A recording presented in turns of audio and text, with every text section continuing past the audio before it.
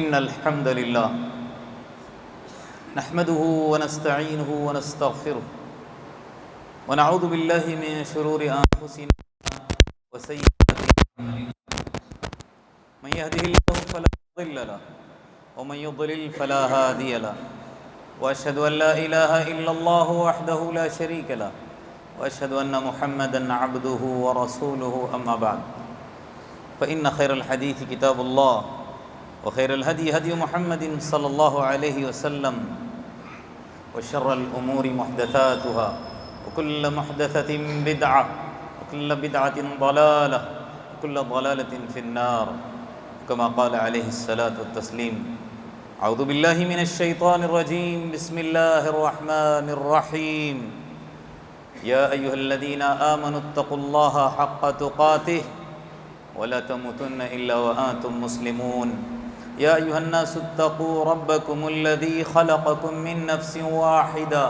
وخلق منها زوجها وبث منهما رجالا كثيرا ونساء واتقوا الله الذي تساءلون به والأرحام إن الله كان عليكم رقيبا يا أيها الذين آمنوا اتقوا الله وقولوا قولا سديدا يصلح لكم أعمالكم ويغفر لكم ذنوبكم ومن يطع الله ورسوله فقد فاز فوزا عظيما قال الله عز وجل في موضع آخر إن عدة الشهور عند الله 12 شهرا في كتاب الله يوم خلق السماوات والأرض منها 4 حرم ذلك الدين القيم فلا تظلموا فيهن أنفسكم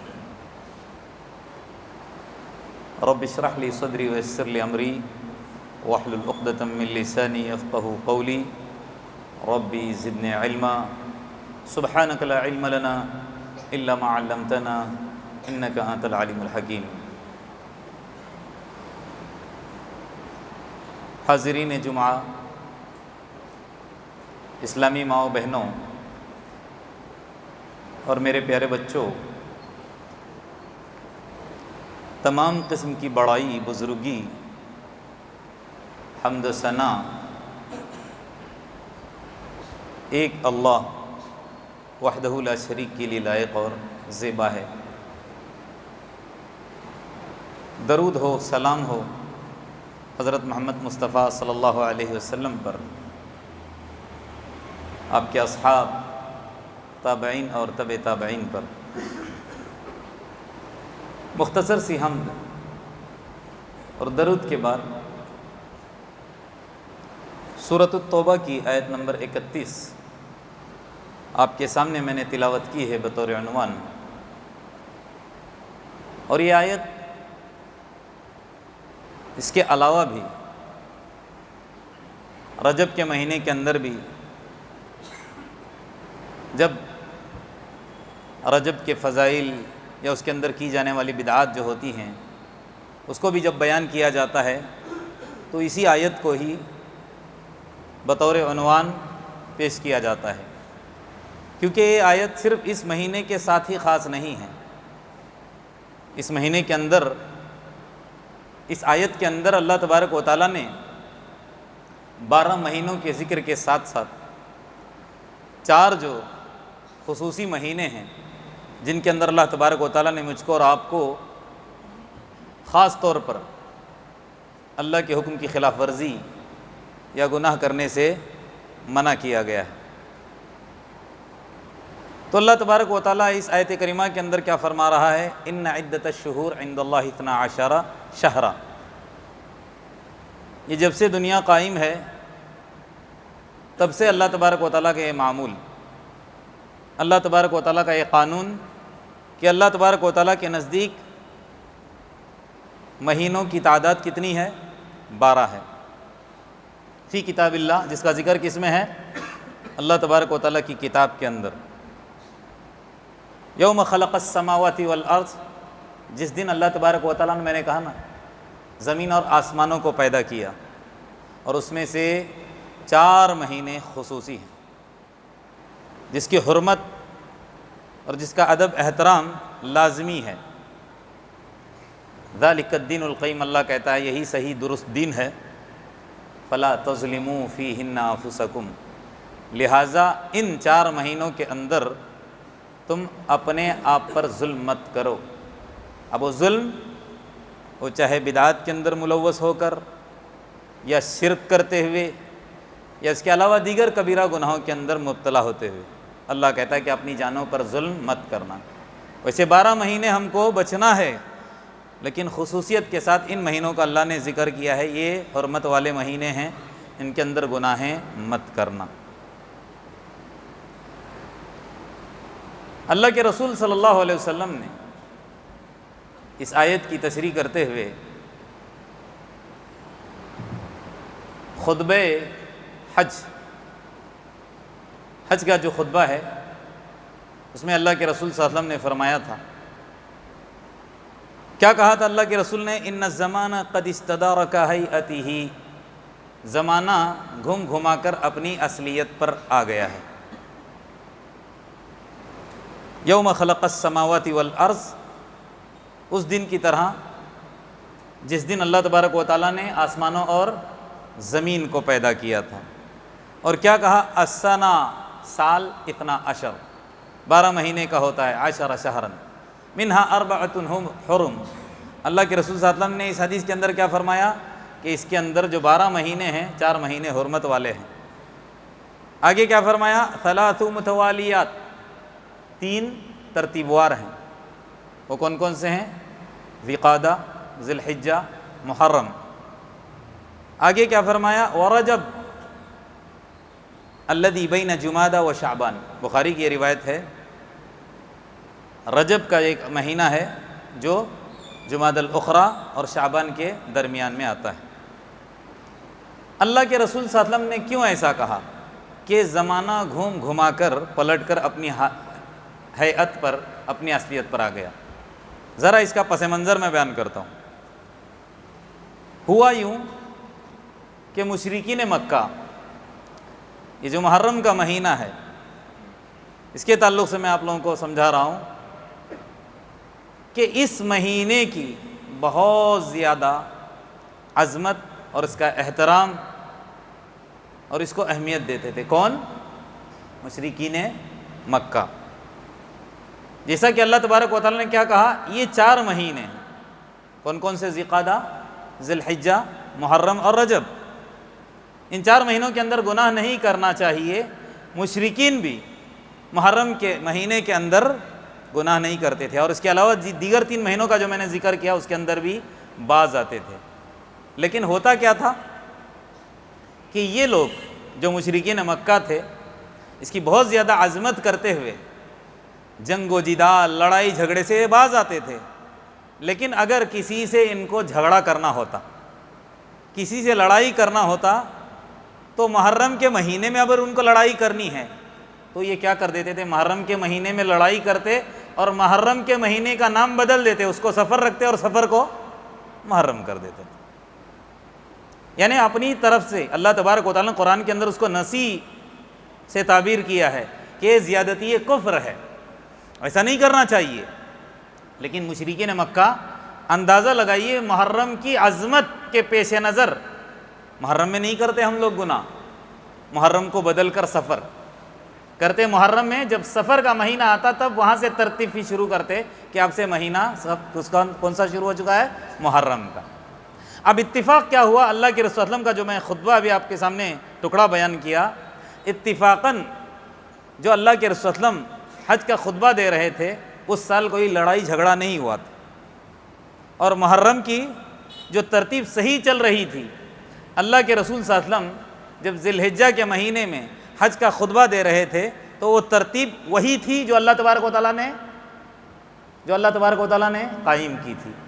تو اللہ کے رسول نے کیا کہا؟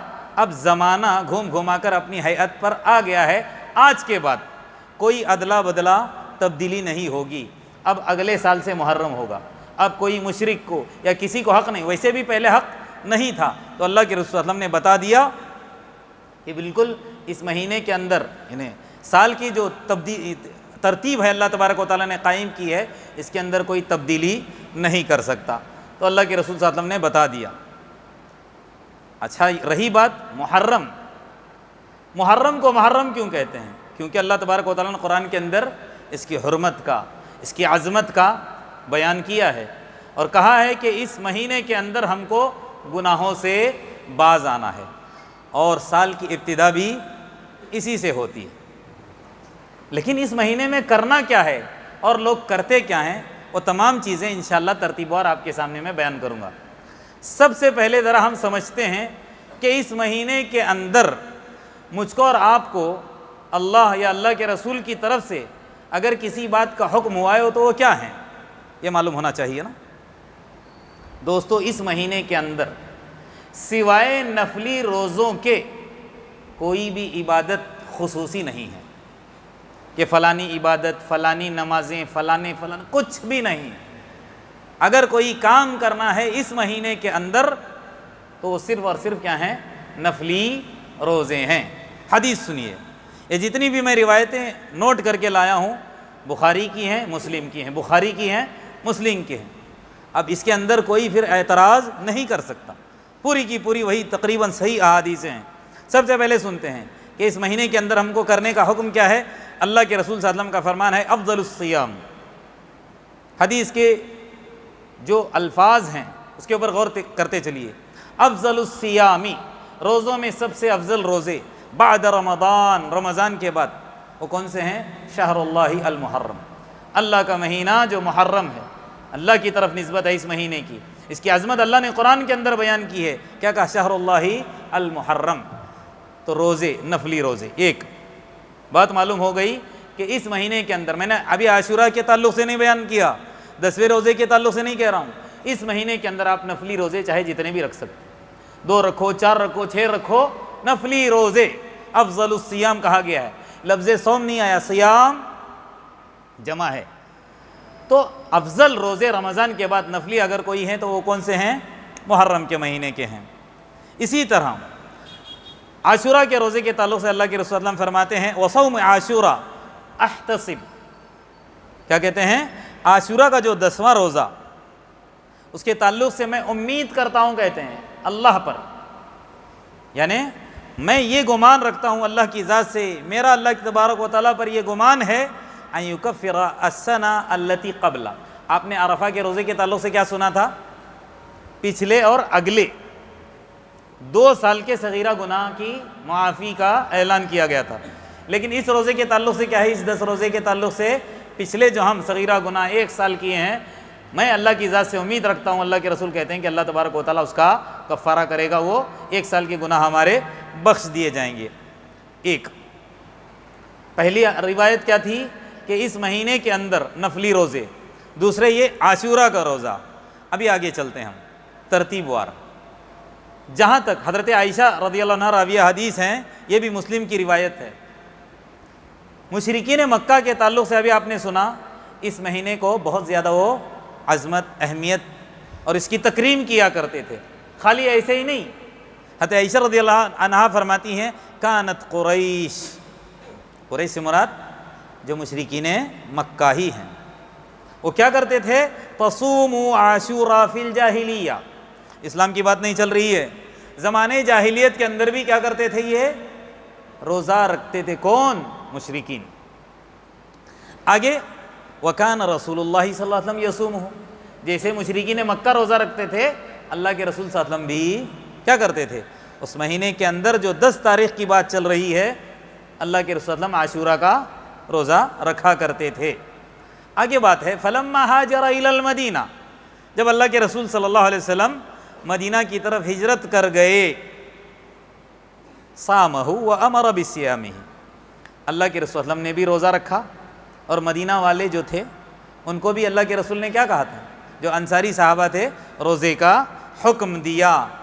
لیکن مسئلہ کیا ہوا؟ فلما فرض شہر رمضان، اب رمضان کے جب مہینے، رمضان کا مہینے کے جب روزے اللہ تبارک و تعالیٰ نے فرض قرار دیے تو اللہ کے رسول صلی اللہ علیہ وسلم نے کیا کہا؟ سنتے ہیں، قال، اللہ کے رسول صلی اللہ علیہ وسلم نے فرمایا، جب پورے رمضان کا مہینہ اس کے روزے ہمارے پر فرض قرار دیے گئے تو اللہ کے رسول نے کیا کہا؟ من شاء صامہ ومن شاء ترکہ۔ مسلم کی روایت ہے، راویہ کون ہے؟ حضرت عائشہ رضی اللہ عنہا کہتی ہیں اللہ کے رسول نے کیا کہا؟ جس کا دل کرے روزہ چاہے رکھ سکتا ہے اور جس کا دل کرے وہ چھوڑ بھی سکتا ہے. لیکن اس روزے کے تعلق سے ابھی ہم نے اوپر کیا سنا کہ 1 سال کے پچھلے گناہ، تاکید نہیں ہے لیکن اللہ کے رسول صلی اللہ علیہ وسلم نے اس کی اہمیت بھی بتا دی ہے. یہ تو میں نے جو روایت بیان کی اس میں مشرکین مکہ بھی عاشورہ کا روزہ رکھتے تھے. لیکن ذرا آگے چلتے ہیں. یہ بھی مسلم کی روایت ہے. ابن عباس رضی اللہ عنہما فرماتے ہیں کہ ان رسول اللہ صلی اللہ علیہ وسلم قدم المدینہ، اللہ کے رسول صلی اللہ علیہ وسلم کہاں آئے؟ مدینہ آئے. مدینہ جب آئے، جہاں تک مکے کا تعلق تھا اللہ کے رسول صلی اللہ علیہ وسلم کو سامنا کس کا تھا؟ صرف مشرکین کا تھا. مدینہ آنے کے بعد منافقین کا سامنا، مدینہ آنے کے بعد یہودیوں کا سامنا. جب مدینہ اللہ کے رسول صلی اللہ علیہ وسلم آئے فوجد الیہود، یہودیوں کو پایا. کیسی حالت میں پایا؟ صیام یوم عاشورہ. اتفاق ایسا تھا کہ 10 تاریخ تھی محرم کی اور یہودی لوگ اس دن کیا کیے ہوئے تھے؟ سب روزے کی حالت میں تھے. یعنی معلوم یہ ہو رہا ہے کہ یہودی بھی 10 تاریخ کو روزہ رکھتے ہیں اور اس دن وہ بطور عید مناتے ہیں، خوشیاں مناتے ہیں. تو انہوں نے روزہ رکھا تھا. فقال لهم رسول اللہ صلی اللہ علیہ وسلم، اللہ کے رسول صلی اللہ علیہ وسلم نے ان سے کہا کیا؟ سوال کے طور پر پوچھا، ما هذا اليوم، یہ کون سا دن ہے؟ الذي تصومونہ، جس کے اندر تم کیا کر رہے ہو؟ روزہ رکھتے ہو یا روزہ رکھا ہوا ہے. فقالوا، انہوں نے کہا، هذا يوم عظیم، آج کا دن بڑی عظمت والا دن ہے، بہت بڑی عظمت والا دن ہے. ہم اس کو عظمت دیتے ہیں، اس کی تکریم کرتے ہیں، اس کو اہمیت دیتے ہیں. ہمارے نزدیک بہت بڑا احترام والا، حرمت والا دن ہے. وجہ کیا ہے؟ انجى اللہ فیہ موسیٰ وقومہ، اللہ تبارک و تعالیٰ نے اس دن موسیٰ علیہ السلام اور موسیٰ علیہ السلام کی قوم کو نجات دیا تھا. کس سے؟ فرعون اور اس کے لاہو لشکر سے. اور آگے فرماتے ہیں وغرق فرعون وقومہ، اور موسیٰ علیہ السلام اور آپ کی جو قوم تھی، آپ کے جو ماننے والے تھے، ان کے سامنے فرعون کو، جو ان کے لیے سردرد بنا ہوا تھا، اس کو غرق کر دیا اور اس کی قوم کو ڈبا دیا تھا. لہٰذا وصامہ موسیٰ علیہ السلام شکراً. وجہ کیا بیان کرتے ہیں کہ موسیٰ علیہ السلام کو جب اللہ نے نجات دی اور اس کو ڈبا دیا تو موسیٰ علیہ السلام نے شکرانے کے طور پر اس دن کیا کیا؟ عاشورہ کا روزہ رکھا. اب یہودی کہتے ہیں فنحن نصومہ، ہم ان کے ماننے والے ہیں، ہم ان کے پیروکار ہیں، ہم ان کے امتی ہیں، لہٰذا ہم بھی کیا کرتے ہیں؟ اس دن روزہ رکھتے ہیں. اللہ کے رسول صلی اللہ علیہ وسلم کے الفاظ پر ابھی غور کریں. فقال رسول اللہ صلی اللہ علیہ وسلم، اللہ کے رسول نے کہا فنحن احق واولیٰ بموسیٰ منکم، جہاں تک تمہاری اور ہماری بات ہے، تمہارے مقابلے میں ہم زیادہ حقدار ہیں آپ کی موافقت کرنے کے. کس کی؟ موسیٰ علیہ السلام کی موافقت کرنے کے معاملے میں تمہارے مقابلے میں. تم جتنا سمجھتے ہو کہ موسیٰ علیہ السلام نے شکراً، تمہارے سے زیادہ حقدار ہم ہیں.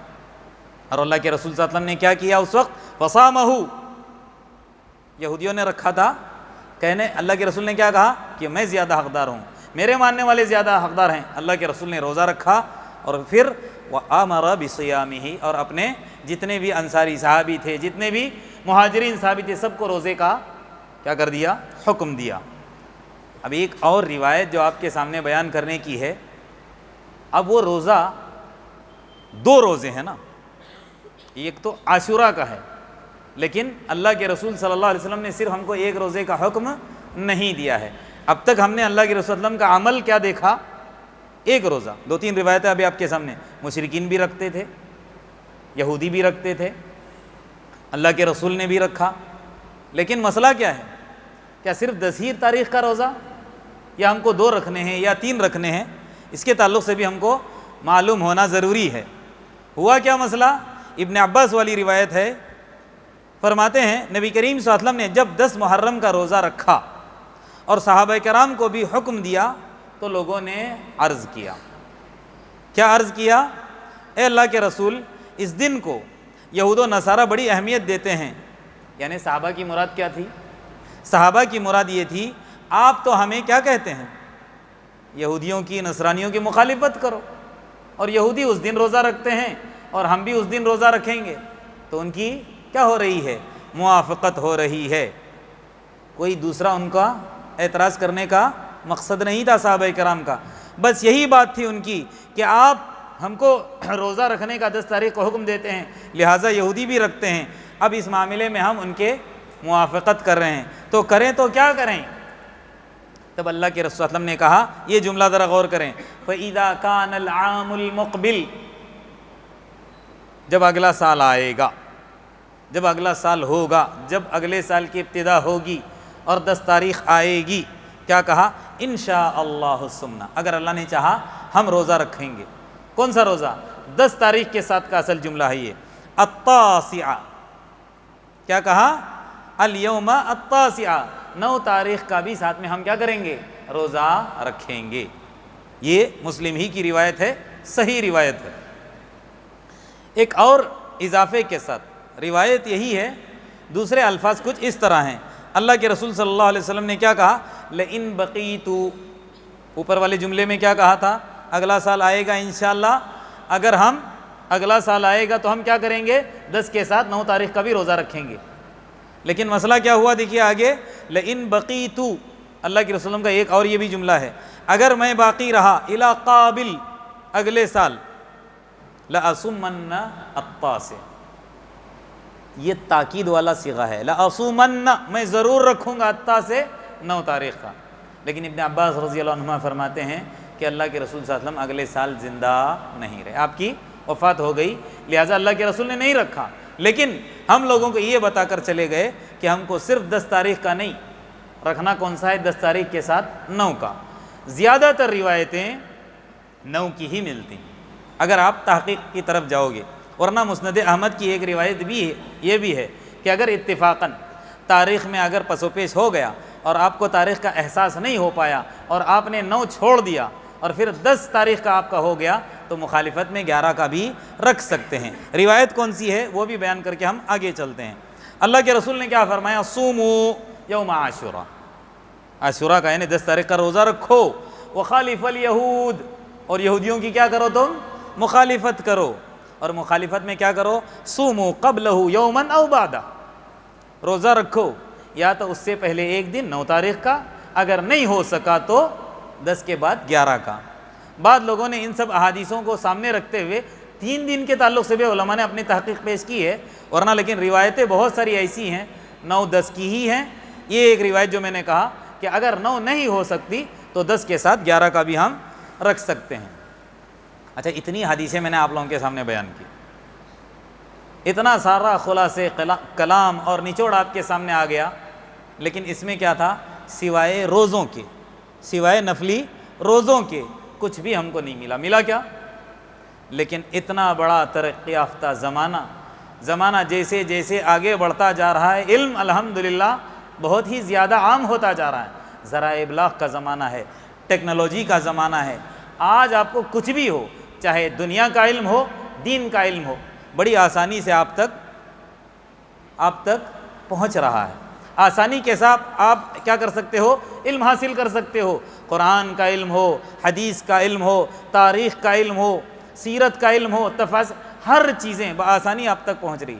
لیکن اتنے بڑے ترقی یافتہ زمانے کے اندر آج بھی لوگ ایسے جان بوجھ کر انجانے بنے ہوئے ہیں، پڑھ لکھ کر ان پڑھ بنے ہوئے ہیں، یہاں تک کہ عوام جو ایسی ہے جو کچھ نہیں جانتی ہے، وہ اگر انجانے میں بدعت کرتے الگ بات ہے، لیکن ان کو چلانے والے جو جانکار ہوتے ہوئے تعویلات کے ساتھ غلط چیزیں ان کے سامنے پیش کرتے ہیں، قرآن کی آیتوں کو توڑ مروڑ کر کے، احادیث کی تعویلات کر کے، لوگوں کو جو حق مضمون ہوتا ہے اس کو چھپا کر غلط چیزیں ان کے سامنے بیان کر کے کیا کرے؟ لوگوں کو گمراہ کر رہے ہیں۔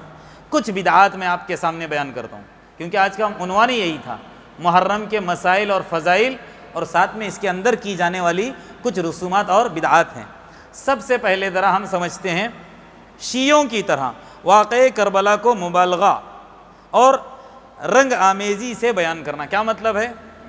ابھی آپ نے دیکھا اتنی حدیثیں اور 2-3 آیتیں میں نے پڑھ کر کے آپ کے سامنے پورا جو محرم کی عظمت یا محرم کی حرمت، اس کا ادب احترام کے تعلق سے بیان کیا۔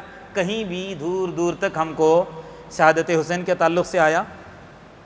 کہیں بھی آیا نہیں۔ لیکن لوگ کیا کہتے ہیں کہ اس مہینے کی حرمت کو حضرت حسین رضی اللہ عنہ کی شہادت کے ساتھ جوڑ کر بیان کرتے ہیں۔ واقعات ابھی دیکھو آپ، سوائے جہاں قرآن و حدیث کے منہج کے مطابق اگر تعلیم دی جا رہی، ان چیزوں کو یعنی ان مکاتب کو اور ان مجالس کو چھوڑ کر بہت ساری ایسی جگہیں آپ کو ملیں گی مساجد کے اندر سوائے شہادت حسین کے اور کچھ وہاں پر بیان نہیں کیا جائے گا، اور اس کا تار اور اس کی کڑیاں اس مہینے کے ساتھ جوڑ دی جائیں گی۔ غلط ہے یہ، اور یہاں تک کہ پھر اس کے اندر مبالغہ، اور وہ جتنے بھی واقعات لوگوں تک پہنچے ہوئے ہیں وہ شیعہ کی کتابوں سے پہنچے، سب غلط چیزیں معاشرے کے اندر وہ کیا کر رہی ہیں، گردش کر رہی ہیں، اور اس کو حق سمجھ کر لوگ کیا کر رہے ہیں، آگے بیان کر رہے ہیں۔ تو دور دور تک نہیں ہے، اگر بالفرض مانا جاتا اس مہینے کی حرمت کو شہادت حسین کے ساتھ مانا بھی جائے تو اس مہینے کے اندر حضرت عمر رضی اللہ عنہ بھی شہادت ان کو نصیب ہوئی۔ 1 تاریخ کو شہید ہوئے کون؟ حضرت عمر، محرم کے مہینے میں، اور ان کے تعلق سے اللہ کے رسول نے کیا کہا کہ اگر میرے بعد کوئی نبی ہوتا تو حضرت عمر ہوتے۔ تو پھر ان کی شہادت کو بھی اگر ہم سامنے رکھ کر اگر سوچتے تو نہیں، ایسا کچھ بھی نہیں ہے، کسی کی شہادت کے ساتھ اس کا کنیکشن نہیں ہے۔ اس کی حرمت جب سے اللہ تبارک و تعالیٰ نے دنیا بنائی ہے، آسمان اور زمین قائم ہے، تب سے اس کی حرمت قائم ہے۔ کسی کی شہادت کے ساتھ اس کو جوڑنا یہ غلط ہے، بالکل کیا کہتے ہیں، بے بنیاد ہے، اس کی کوئی حقیقت نہیں ہے۔ اگر اس کے ساتھ تار جوڑیں گے اور اس کے مطابق اگر ہمارا عمل ہوگا تو یہ بدعات کے اندر چلا جائے گا۔ ایک دوسری چیز، شہادت حسین کی بحث کے ضمن میں صحابہ کو گالیاں دی جاتی ہے۔ کیا مطلب ہے؟ جب یہ مہینہ آتا ہے اور جب شہادت حسین کا تذکرہ ہوتا ہے تو ساتھ میں حضرت معاویہ رضی اللہ عنہ کے بیٹے حضرت یزید کا بھی ذکر آتا ہے۔ اب وہ تاریخ لمبی چوڑی ہے، یہاں پر بیان نہیں کیا جا سکتا، زبردستی ان کو گالیاں دی جاتی ہے۔ حضرت مغیرہ رضی اللہ عنہ کو گالیاں دی جاتی ہے، کن کے؟ یہ اہل بیت ہیں، ان کا ساتھ۔ کیا ہے یہ؟ تاریخ صحیح نہ جانتے ہوئے، سیرت کا مطالعہ کیے بغیر کہ کسی کو اوپر چڑھانا اور کسی کو نیچا کرنا، یہ بھی بہت غلط بات ہے۔ اس سے بھی ہم کو کیا کرنا ہے؟ اجتناب کرنا ہے، بچنا ہے، پرہیز کرنا ہے، کہیں انجانے میں ہم سے سنگین گناہ نہ ہو جائے اور جس کی پاداش میں ہم کو کہیں جہنم کے اندر جھونکا نہ جائے۔ تیسری بات، ماہ محرم کو سوگ کا مہینہ سمجھ کر کیا کرتے ہیں؟ شادی بیاہ سے اس کے اندر پرہیز کرتے ہیں۔ اگر ماہ محرم کو ان کے انتقال پر اگر سوگ بالفرض مان بھی لو، سوگ منانے کا حکم اسلام کے اندر کتنے دن کا ہے؟ 3 دن۔ ذرا یہ سب باتیں دھیان سے سن لیں۔ اگر کسی کے گھر کے اندر میت ہو جاتی ہے تو 3 دن سے زیادہ سوگ نہیں منانا ہے۔ یہاں 1400 سال سے سوگ ہی سوگ چل رہا ہے، یہ کون سا سوگ ہے؟ نہیں۔ عورت کو بھی اگر کسی عورت کے شوہر کا انتقال ہوتا ہے تو 4 مہینہ 10 دن، یہ کون سا سوگ ہے؟ یہ سب غلط چیزیں ہیں، اس سے بھی ہم کو کیا کرنا ہے؟ پرہیز کرنا ہے، اجتناب کرنا ہے، ایسے معاملے کے اندر پڑنا ہی نہیں ہے، بلکہ لوگوں کو اس سے بچانے کی ہم کو فکرے کرنا ہے، دعائیں بھی کرنا ہے اور ہاتھ پکڑ پکڑ کے بتانا ہے یہ جو چیزیں تم کرتے آ رہے یہ سب تم نے اپنے آباء و اجداد سے پایا ہے، یہ اس کا کنیکشن نہ اللہ کے رسول صلی اللہ علیہ وسلم کے زمانے کے ساتھ ہے، نہ تابعین اور نہ تبع تابعین کے ساتھ۔ اگر یہ سوگ منانا ہوتا تو صحابہ کیوں نہیں منائے، تابعین تبع تابعین کیوں نہیں منائے، ہم کیوں منا رہے ہیں؟ یہ سب یہ شیعہ کی چال ہے، تو اسے ہم کو کیا کرنا ہے؟ بچنا ہے۔ چوتھی چیز، 10 محرم کو تعزیے نکالنا اور انہیں قابل تعظیم و پرستش سمجھنا اور ان سے مرادیں اور منتیں مانگنا۔ دیکھیے ہماری بستی کے اندر تو الحمدللہ ایسا نہیں ہے، لیکن آپ لوگوں نے بڑے بڑے شہروں کے اندر دیکھا ہوگا، عجیب سی مورتیاں بنائی جاتی ہیں اور پھر اس کو لے کر گھومتے ہیں اور اس دن اس تعزیے سے وہ کیا ہے؟ منتیں مانگتے ہیں۔ مجھے اس کے بارے میں برابر علم نہیں ہے، لیکن میں نے دیکھا ہے، جب میں یوپی میں پڑھ رہا تھا تو دیکھا یہ کیا چیز ہے، میں نے کبھی اپنی بستی کے اندر نہیں دیکھا، لیکن وہاں اس بستی کے اندر میں نے دیکھا، پتہ نہیں لوگ کیسا ماتم کر رہے ہیں، اپنے آپ کو مار رہے ہیں۔ شروع کے اندر آپ نے آیت کیا سنی؟ فَلَا تَظْلِمُوا فِيهِنَّ أَنفُسَكُمْ، اپنی جانوں پر ظلم مت کرو، یعنی مار دھاڑ قتل و غارت سے۔ اب یہاں مار مار کر اپنے آپ کو کیا کر رہے ہیں؟ یہ لوگ گھائل کر رہے ہیں، اس سے بھی بچنا ہے۔ تو 10 محرم کو تعزیہ نکالنا، یہ سب رسومات ہیں، غلط ہیں، ناجائز، حرام ہے۔ 5ویں چیز، کھچڑا پکانا، حلیم پکانا۔ دیکھیے ہمارے یہاں کھچڑا اور حلیم نہیں، چونگے پکتے ہیں، جس کو ہم چونگے بولتے ہیں اپنی نوائیتی میں، تو اس سے بھی پرہیز کرنا۔ یہ سب فالتو چیزیں ہیں، یہ سب اس تاریخ کے اندر یہ پکانا، یہ کھانا، اس سے کیا کرنا ہے۔ اور رہی بات پانی کی سبیلیں لگائی جاتی ہیں، شربتیں زور سے پلائی جاتی ہیں، اور کہتے کیا ہیں کہ ہم حضرت حسین سے محبت رکھتے ہیں۔ اب آپ اگر ان کی تاریخ کا مطالعہ کریں گے، وہ پیاسے مرے ہیں تو آپ روزہ رکھو، آپ روزہ نہیں رکھو گے، وہ پیاسے مرے اور آپ لوگوں کو، یہ تو خوشی ہے کہ ماتم ہے۔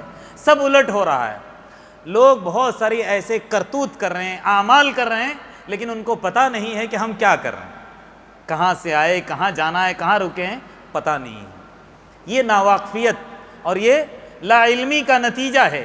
اگر علم رکھتا انسان تو اس طرح کی حرکت کبھی نہ کرتا، نہ سبیل لگاتا، نہ کھچڑا پکاتا، اور نہ کوئی چیز۔ اس سے بھی کیا کرنا ہے، کھانا کھاؤ، کھچڑا پکاؤ، کیوں 10 تاریخ کو، سال بھر خوب پکا کے کھا لو، کوئی منع نہیں کرتا۔ اب حلیم پکا کر کھا لو، کوئی کسی ڈش سے منع نہیں ہے، کسی شربت سے منع نہیں ہے، خوب شربتیں پی لو۔ یہ کیوں ہے کہ کسی کے نام کی شربت؟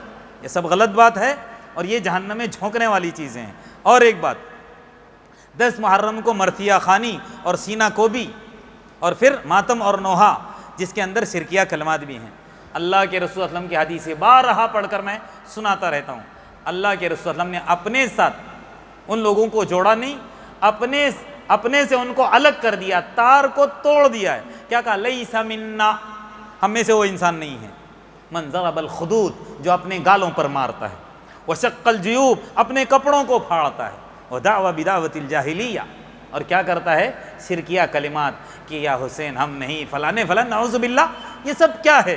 یہ سب غلط کلمات ہیں، اس سے ہم کو کیا کرنا ہے، پرہیز کرنا ہے۔ یہ شرکیہ کلمات، یہ مرثیہ خوانی، اس سے ہم کو کیا کرنا ہے، اپنے آپ کو بچانا ہے۔ یہ تمام چیزیں میں رسومات اور بدعات بیان کر رہا ہوں، یہ ہم کو کہاں لے جانے والی ہے، جہنم کی طرف لے جانے والی ہے۔ اور ایک بات، 10 محرم کو اظہار غم کی خاطر زیب و زینت اور عمدہ لباس چھوڑ ننگے پاؤں، ننگے سر اور ننگے بدن رہتے ہیں۔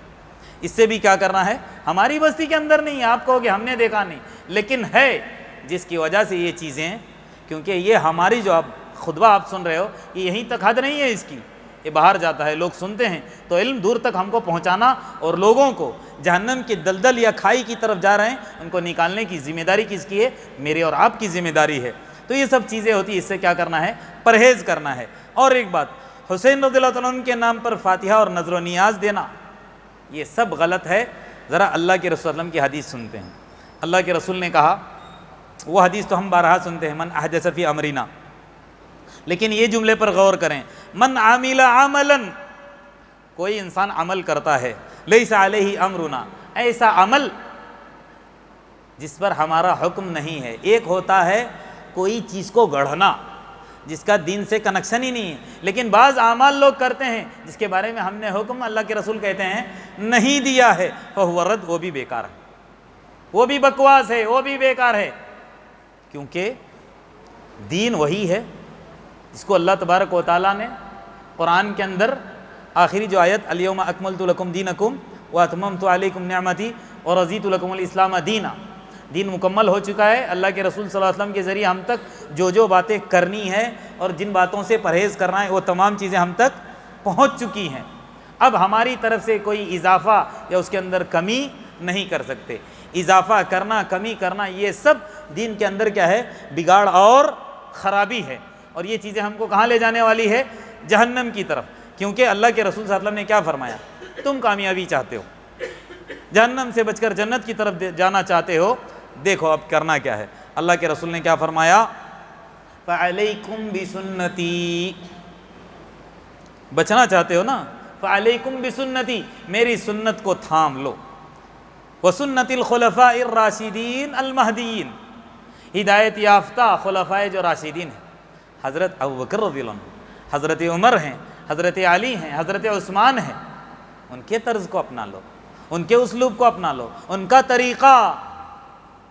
طریقہ اپنا لو۔ اللہ کے رسول کہتے ہیں، تمسکوا بہا، وہ جو باتیں تم کو دیے ہیں اس کو، یا میری باتیں جو تم تک ان کے ذریعے سے پہنچی ہیں اس کو کیا کر لو، تمسکوا بہا، مضبوطی سے تھام لو۔ اور آگے کیا ہے، عضوا علیہا بالنواجذ، یہ جو ڈاڑھ ہوتے ہیں اس کو مضبوطی سے اس کے ذریعے سے تھامے رکھو۔ اور آگے کہتے ہیں، اور آگے کیا کہتے ہیں، وہی جو ابھی میں نے بیان کیا نا، اس سے پرہیز کرنے کے لیے کہتے ہیں۔ جو دین کے اندر ہے ہی نہیں، دین سمجھ کر لوگ کر رہے ہیں۔ اللہ کے رسول کہتے ہیں وَإِيَّاكُمْ وَمُحْدَثَاتِ الْأُمُورِ، دین کے اندر نئی نئی چیزیں ایجاد کرنے سے پرہیز کرو، بچو فَإِنَّ كُلَّ مُحْدَثَةٍ بِدْعَةٍ، دین کے اندر ہر نئی چیز کیا ہے؟ بدعت ہے۔ وَكُلُّ بِدْعَةٍ ضَلَالَةٍ، اور ہر بدعت گمراہی ہے۔ گمراہی کا مطلب صحیح راستے سے ہٹ جانا ہے۔ وَكُلُّ ضَلَالَةٍ، وفی روایت النسائی، دوسری روایت کے اندر یہ بھی ہے وَكُلُّ ضَلَالَةٍ فِي النَّارِ، اور ہر گمراہی کہاں لے کے جانے والی ہے؟ جہنم کی طرف۔ تو جتنی بھی باتیں میں نے ابھی آپ کے سامنے ترتیب اور 7 یا 8 گنائی، یہ سب گمراہی ہے۔ یہ سب کیا ہے؟ گمراہی ہے، صحیح راستے سے ہٹانے والی چیز ہے۔ اس سے بچنا میرے اور آپ کے اوپر بہت ضروری ہے۔ اخیر میں اللہ تبارک و تعالیٰ سے دعا ہے، جتنی باتیں میں نے کہی سب سے پہلے اللہ تبارک و تعالیٰ اس پر مجھے عمل کرنے کی توفیق عطا فرمائے، ساتھ میں آپ لوگوں کو بھی اللہ تبارک و تعالیٰ اس مہینے کی جس طرح تعظیم کرنے کے لیے اللہ تو نے کہی ہے اس طرح کرنے کی توفیق عطا فرما، نوافل روزوں کا اہتمام کرنے کی توفیق عطا فرما، شرک سے، بدعات سے، خرافات سے اے اللہ میری اور آپ اے اللہ میری اور جتنے بھی یہاں پر بیٹھے ہیں سب کی، بلکہ پورے امت مسلمہ کی حفاظت فرما۔ ربنا ظلمنا انفسنا وان لم تغفر لنا وترحمنا لنكونن من الخاسرين ربنا عليك توكلنا واليك انبنا واليك المصير ربنا تقبل منا انك انت السميع العليم وتب علينا انك انت التواب الرحيم آمين سبحان ربك رب العزة عما يصفون وسلام على المرسلين والحمد لله رب العالمين بارك الله لي ولكم في القرآن العظيم ونفعني وإياكم بما فيه من الآيات والذكر الحكيم أقول قولي هذا وأستغفر الله لي ولكم ولسائر المسلمين من كل ذنب فاستغفروه إنه هو الغفور الرحيم